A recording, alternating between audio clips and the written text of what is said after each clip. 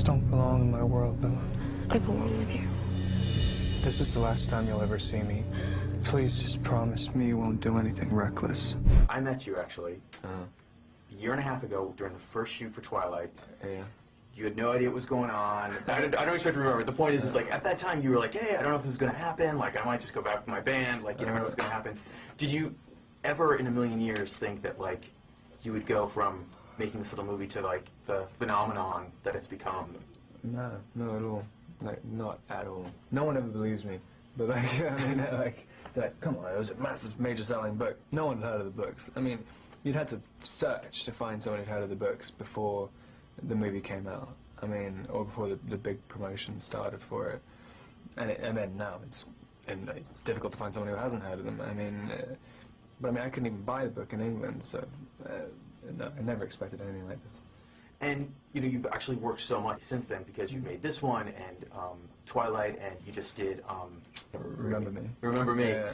And do you feel like you need a break? Are you going to be able to take one, or are you just going to keep working straight through? I think I'm going to keep working straight through, because, I mean, I'm hoping that, because when you're on a set, you're relatively insulated from everything, and that's the only time you get really annoyed with the situation, when you're just kind of trying to have a normal life and then people following around all the time.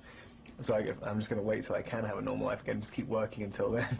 So I'm doing another 2 jobs next year, and then the last Twilight movie, and then I guess maybe the year after that. Maybe we'll take a break then, like in 3 years. And then just really quickly, can you talk about what the differences have been working with Hardwick on Twilight, Chris Weitz here on New Moon, and David Slade on Eclipse? You know, what each director's brought to the project?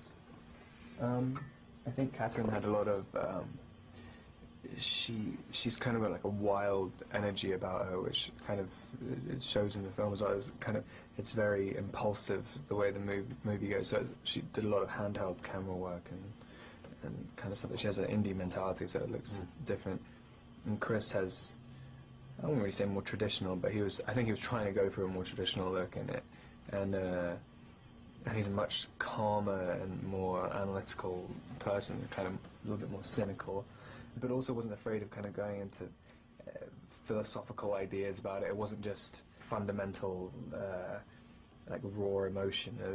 There's obviously a lot of thought put into it. And David, I guess, is, you know, he has a kind of, he had an idea about it. Like he wanted to make it a lot more like harsh. I mean, there's a lot of fighting in it. There's a lot of all the conflict is really escalated. I mean, everyone's kind of, it's a much more tense movie, I think, Eclipse. I think it's going to be a lot like faster pace, I think.